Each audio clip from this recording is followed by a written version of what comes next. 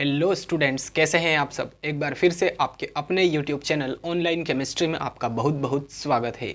पिछले वीडियो में यूनिट 5 के लेक्चर नंबर 8 में हमने पढ़ा था पायस के बारे में, है ना। पायस किसे कहते हैं, पायस के प्रकार और साथ ही पायस के उपयोग क्या क्या होते हैं, ये हमने पिछले वीडियो में पढ़ा था, है ना।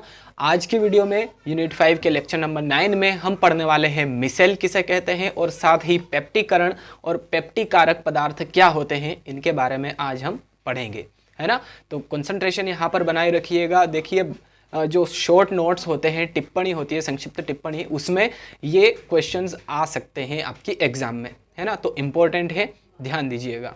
सबसे पहले हम मिसेल की परिभाषा पढ़ेंगे और एक बात और मैं आपको बता देना चाहता हूं कि जो मिसेल है और पायस है ना, पायस और मिसेल, इन दोनों के आधार पर एक क्वेश्चन बनने वाला है। आपकी एनसीईआरटी में भी वो क्वेश्चन है, साबुन की स्वच्छीकरण की क्रियाविधि, है ना, कि साबुन किस प्रकार से गंदे कपड़ों को साफ करता है, उसकी क्रियाविधि हमें लिखना है ना, समझना है। आपकी एनसीईआरटी में भी ये क्वेश्चन है।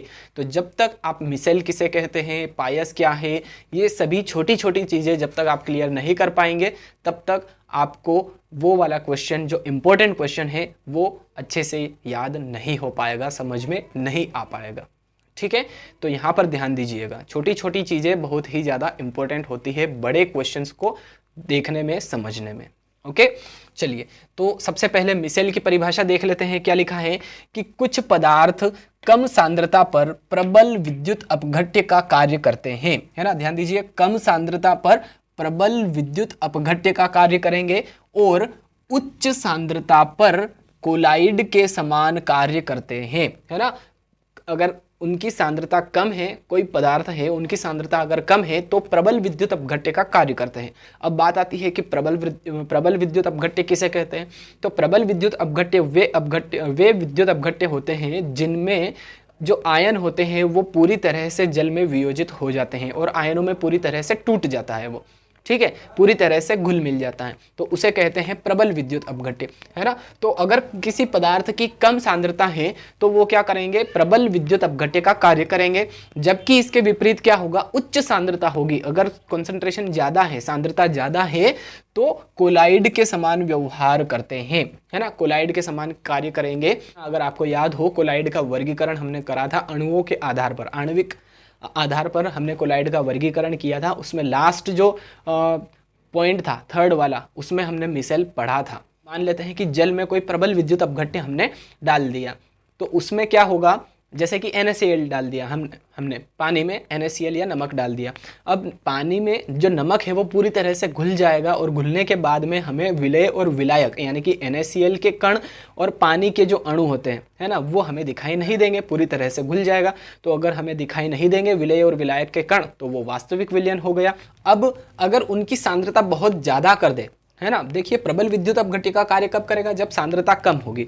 और कोलाइड के समान कैसे कार्य करेगा, जब उच्च सांद्रता होगी, सांद्रता बहुत ज़्यादा होगी, है ना। तो कोलाइड के समान कैसे कार्य करते हैं, अगर हमने पानी लिया, कोई परिक्षेपण माध्यम लिया, उसमें परिक्षिप्त प्रावस्था को हमने डाल दिया, है ना। अगर बहुत ज़्यादा मात्रा में हमने परिक्षिप्त प्रावस्था यानी कि विलय, है ना, साधारण भाषा में अगर हम वास्तविक विलयन से कंपैरिजन करें तो परिक्षिप्त प्रावस्था का मतलब विलय, है ना। तो अगर हमने परिक्षिप्त प्रावस्था बहुत ज़्यादा मात्रा में डाल दिया तो वो उस परिक्षेपण माध्यम में पूरी तरह से घुलेगा नहीं और हमें विलय के कण और विलायक के कण पूरी तरह से दिख जाएंगे। हमें नग्न आंखों से, नेकेड आइज से हम नहीं देख सकते हैं, लेकिन अगर अति सूक्ष्मदर्शी हम लगा दें और उसके थ्रू अगर हम देखें, निरीक्षण करें, तो हमें परिक्षिप्त प्रावस्था और परिक्षेपण माध्यम के कण जो है वो अलग अलग दिखाई दे सकते हैं। और कोलाइड में हमने पढ़ा था कि कोलाइड क्या होता है, एक विषमांगी मिश्रण होता है। विषमांगी मिश्रण में विलय के कण भी दिखते हैं और विलायक के कण भी हमें अलग से दिखते हैं, ठीक है। तो देखिए, एक एक वर्ड, देखिए 2 लाइन की परिभाषा में मैंने कितना टाइम ले लिया है आपको समझाने में, है ना। तो देखिए, एक एक वर्ड आपको बारीकी से क्लियर करवा रहा हूँ मैं, अच्छे से समझा रहा हूँ। प्लीज़ वीडियो को लाइक जरूर कर दीजिएगा आप, ठीक है। और अगर आप पहली बार इस चैनल पर आए हैं तो प्लीज़ चैनल को सब्सक्राइब भी जरूर कर लीजिएगा, ओके। तो आई थिंक आपको मिसेल की परिभाषा याद हो गई होगी, है ना। क्या है, एक बार फिर से मैं बता देता हूँ कि कुछ पदार्थ कम सांद्रता पर प्रबल विद्युत अपघट्य का कार्य करते हैं, जबकि उच्च सांद्रता पर कोलाइड के समान कार्य करते हैं और एकत्रित होकर, है ना, एक जगह एकत्रित हो जाएंगे और समूह बना लेते हैं, और इन समूहों को ही क्या कहेंगे, मिसेल कहते हैं। जो समूह बनते हैं एकत्रित होने के बाद में उन्हें क्या कहते हैं, मिसेल कहते हैं। एग्जाम्पल देखेंगे उसमें बहुत ही बेहतरीन तरीके से आपको क्लियर हो जाएगा, है ना। देखिए उदाहरण क्या है, साबुन है और अपमार्जक है। तो मिसेल की डेफिनेशन और एग्जाम्पल आई थिंक आपको अच्छे से क्लियर हो चुका है।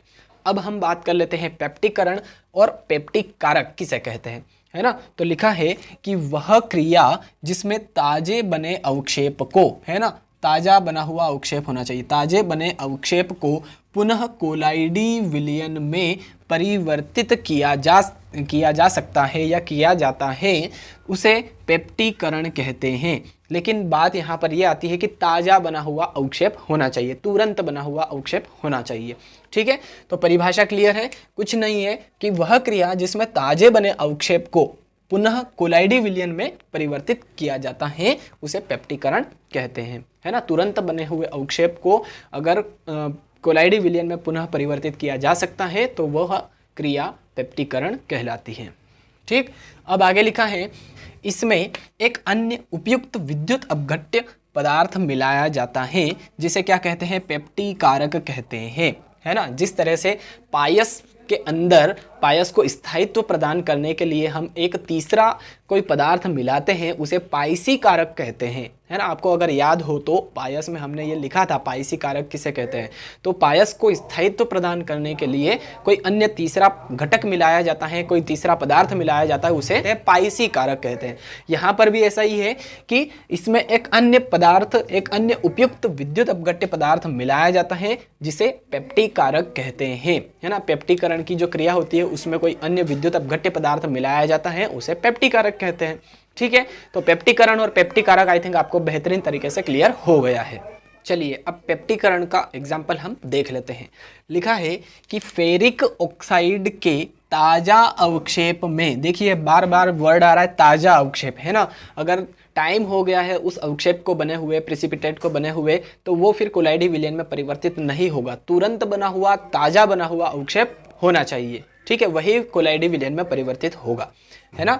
तो फेरिक ऑक्साइड के ताजा अवक्षेप में जब अल्प मात्रा में, यानी कि बहुत ही कम मात्रा में फेरिक क्लोराइड मिलाया जाता है तो यह लाल भूरे रंग का कोलाइडी विलयन बना लेता है ना। और इसे ही क्या कहते हैं, पेप्टिकरण कहते हैं। पेप्टिकरण की परिभाषा में क्या लिखा था कि तुरंत बने हुए अवक्षेप को, ताजे बने हुए अवक्षेप को पुनः कोलाइडी विलयन में परिवर्तित करने की प्रक्रिया को पेप्टिकरण कहते हैं। और पेप्टिकरण की क्रिया में कोई अन्य तीसरा विद्युत अपघट्य पदार्थ मिलाया जाता है उसे पेप्टिकारक कहते हैं, है ना। एग्जाम्पल क्या है कि फेरिक ऑक्साइड के ताजा अवक्षेप में, तुरंत बने अवक्षेप में जब अल्प मात्रा में, कम मात्रा में फेरिक क्लोराइड मिलाया जाता है तो लाल भूरे रंग का कोलाइडी विलयन बना लेता है ना। तो देखिए हमने पेप्टिकरण की परिभाषा, पेप्टिकारक किसे कहते हैं और पेप्टिकरण का उदाहरण भी अच्छे से क्लियर कर लिया है। और मिसेल की के जो एग्जाम्पल है, उदाहरण है, वो भी आई थिंक आपको बढ़िया तरीके से एकदम मक्खन